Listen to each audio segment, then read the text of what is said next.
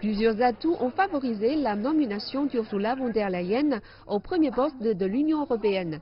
Elle est la première femme à être nommée à ce poste et la mère de 7 enfants est née et a grandi en Belgique et a accumulé beaucoup d'expérience politique en Allemagne. Ursula von der Leyen est l'une des personnalités politiques les plus en vue du Parti conservateur. Elle a été ministre du Travail, elle est ministre de la Défense, elle est née à l'étranger et elle parle plusieurs langues, donc elle est cosmopolite. Je pense qu'avec le temps, en Allemagne, ils pensent de plus en plus qu'elle est une bonne candidate.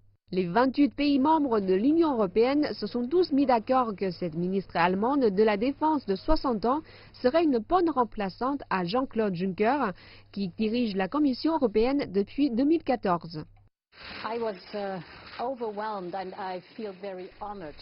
Je suis extrêmement ravie et très honorée d'être nommée comme présidente de la Commission par le Conseil. Lorsque j'ai appris la nouvelle hier, j'ai décidé que ma toute première visite serait ici à Strasbourg afin de rencontrer le Parlement européen et de prendre langue immédiatement avec les parlementaires parce que le Parlement européen est là où bat le cœur de la démocratie européenne.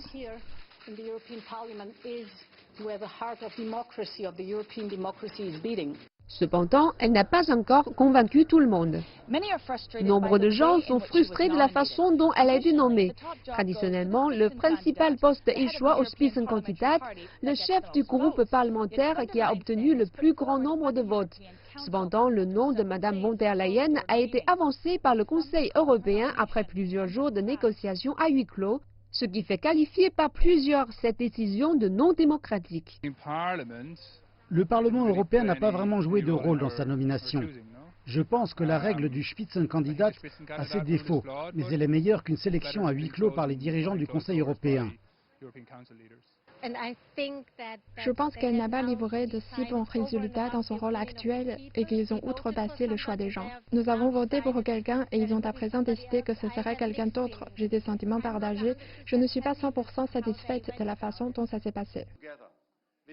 Toutefois, Manfred Weber, le président du Parti populaire européen et Spitzenkandidat, s'est retiré après n'avoir pas reçu suffisamment de soutien de la part des dirigeants européens. Cela laisse la porte ouverte à Ursula von der Leyen. Quelle que soit la personne qui atterrira au premier poste, elle sera confrontée à un mandat difficile. L'Union européenne fait face au plus grand défi qu'elle a jamais dû affronter. Des économies en difficulté au Brexit, maintenir l'unité de l'Union ne sera pas une tâche de tout repos. Si Mme von der Leyen n'obtient pas le soutien d'au moins 376 membres du Parlement européen, la nomination d'un nouveau candidat pourrait prendre des mois de renégociation. Le nouveau président de la Commission européenne emboîtera le pas à Jean-Claude Juncker le 1er novembre.